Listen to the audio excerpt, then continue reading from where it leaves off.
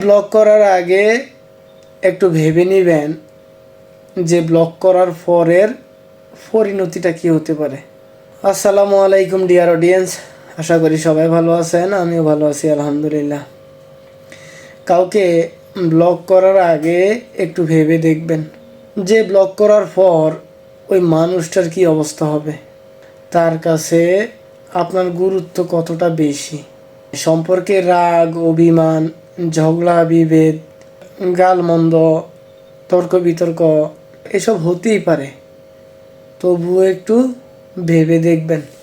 তবে ব্লক করার আগে তাও একটু ভেবে দেখবেন।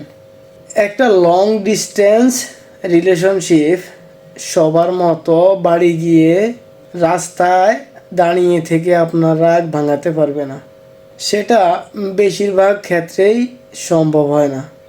চলুন একটু সামনে যাই।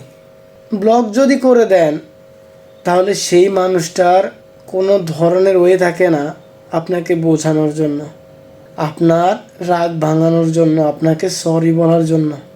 সেই মানুষটা হয়তো বা এমন কিছু বলতে পারত, আপনার রাগ অভিমান সব কিছু কেটে যাইতো, আপনাদের ভালোবাসাটা আরও দ্বিগুণ হয়ে যাইত, নিজেদের মধ্যে আর রেষারেষি কখনো হইতো না।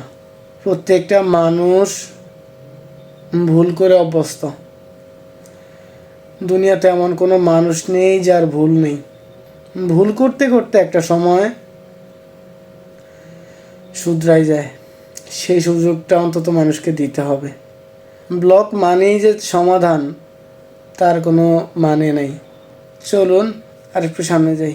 সমস্ত মিসআন্ডারস্ট্যান্ডিং বোঝাপড়া করে সেটাকে মিউচুয়াল করে নেওয়াটা বেটার।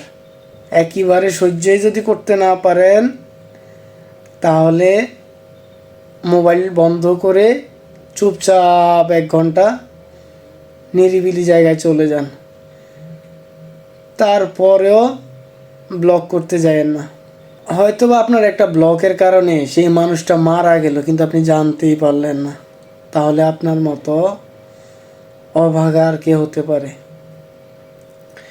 তাই ব্লক করার আগে একটু ভেবে নেবেন যে ব্লক করার পরের পরিণতিটা কী হতে পারে। সবাই ভালো থাকবেন, আল্লাহ হাফেজ।